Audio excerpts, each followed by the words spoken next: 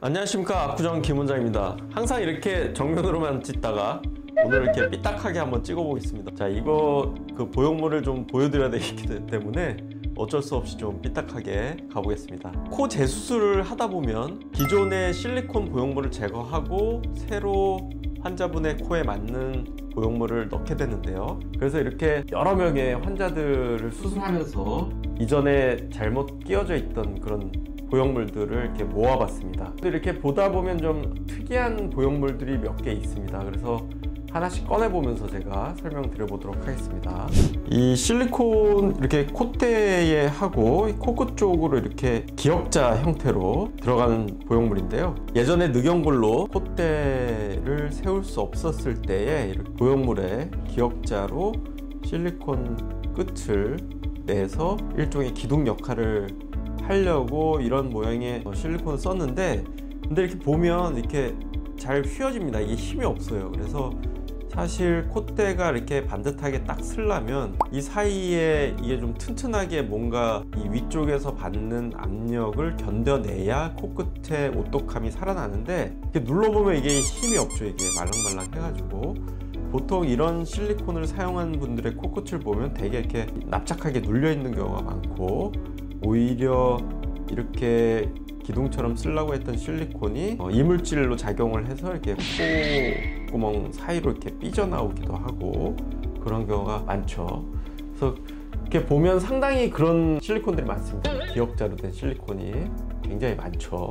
예전에 콧대와 코끝 수술을 할 때 코끝에 그 연골로 지지대를 세울 수 없었을 때 선생님들이 많이 썼던 그런 실리콘이 되겠습니다. 자, 그리고 또 특이한 게 예전에 우리 고어텍스라고 했던 그런 보형물이 있습니다. 이렇게 보면 이 보형물을 상당히 조잡하게 카빙을 해놔가지고 굉장히 초심자가 수술한 것 같은 그런 느낌을 주고 있는데요. 이게 이제 고어텍스라고 한 20년, 15년 전부터 많이 썼던 콧대 보형물인데요. 실리콘보다는 좀 말랑말랑하고, 또 고어텍스는 마이크로포어, 즉 그 구멍들이 미세하게 있기 때문에 그 사이로 조직들이 자라 들어가서 이게 콧대에 잘 고정이 됩니다. 그래서 이게 콧대에 잘 고정이 되기 때문에 실리콘은 이렇게 박리를 해서 쏙 빼내면 잘 들어가 있기 때문에 잘 제거가 되는데, 고어텍스는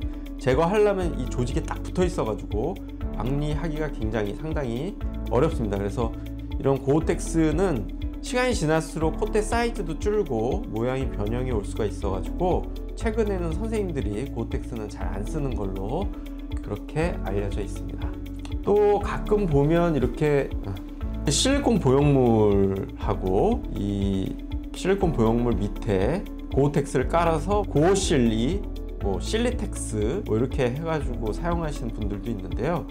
이거 딱 보기에도 중간에 이렇게 짤짤망하게 들어가서 굉장히 코 성형에 대한 이해가 없는 분이 사용하는 그런 케이스가 되겠고요. 굉장히 코끝에 이렇게 꺾여가지고 모양이 안 이쁜 상태로 수술 들어가 봤더니 역시나 보형물이 굉장히 이상한 보형물을 써놔서 이제 제거하고 새롭게 이제 재수술한 케이스가 되겠습니다. 자, 또 어떤 보형물을 보면 이렇게 카빙을 이런 식으로 해놨습니다.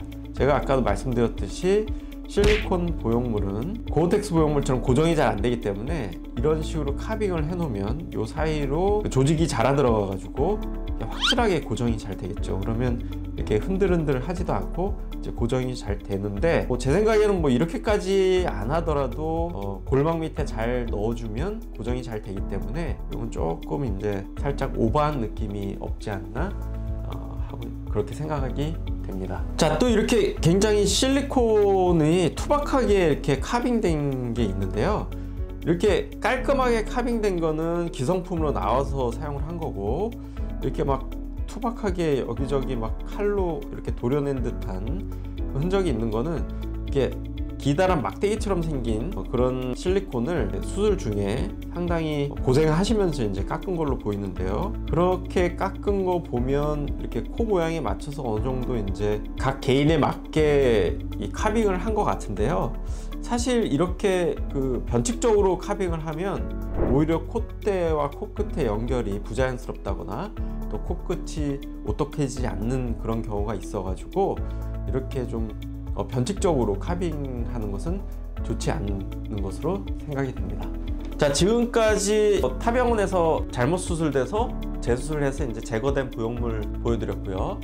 이제 제가 그래서 새롭게 넣어드리는 그런 보형물들에 대해서 잠깐 영상 보여드리도록 하겠습니다. 자, 코성형에서 콧대 보형물로 쓰이는 실리콘 보형물입니다. 여기 나잘 임플란트라고 써 있고요. 여기는 다른 회사 건데 페이셜 임플란트라고 써 있고, 뭐 이거보다 더 다양한 실리콘들이 있지만 제가 많이 쓰는 타입인데 주로 이렇게 3등분 한다고 생각하시면 됩니다. 자, 이 보형물처럼 콧대 쪽이 두껍고 코끝 쪽으로 갈수록 좀 얇아지는 타입, 그 다음에 콧대에서부터 코끝까지 그냥 균일한 두께로 가는 타입, 그리고 콧대는 좀 얇으면서 코끝으로 가면서 좀 두꺼워지는 타입, 이렇게 나눠질 수가 있고요. 그 세 분류 안에서도 콧대와 코끝 높이가 다 다릅니다. 그래서 2.3, 2.9, 3.8mm, 코끝 쪽은 4.5, 5.7, 6.6mm 이렇게 되고요. 또 이 타입은 콧대가 3.5mm, 3.9mm 이렇게 있고, 이 타입은 콧대 쪽이 더 높고 코끝으로 갈수록 얇아진다고 했으니까 콧대가 4.8, 코끝이 4.3, 이거는 코끝이 5.2, 콧대가 5.7 이렇게 다 다르고요. 그래서 이렇게 콧대가 낮고 코끝으로 갈수록 높아지는 타입은 주로 매부리코 절골하고 콧대는 많이 높이지 않을 경우에 많이 사용하게 되고요. 또 이렇게 콧대서부터 코끝까지 갈수록 균일한 높이의 보형물은 여성의 코를 성형할 때 많이 사용합니다. 그리고 콧대가 높고 코끝으로 갈수록 낮아지는 그런 타입은 남성들 코를 성형할 때 많이 사용하고요. 하나를 까보겠습니다.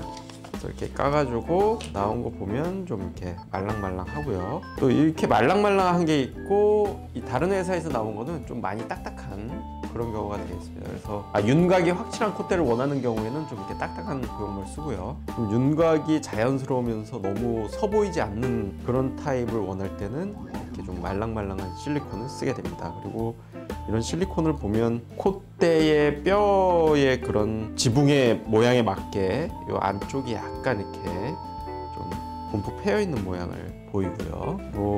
이걸 그대로 쓰진 않고요. 각 환자들 코에 맞춰서 어느 정도 이제 카빙을 해서 그 환자의 코에 맞게 조각해서 사용하고 있습니다. 자, 오늘 코제 수술 사용된 보형물 케이스에 대해서 알아봤고요. 다음에는 다른 주제로 찾아뵙도록 하겠습니다. 감사합니다.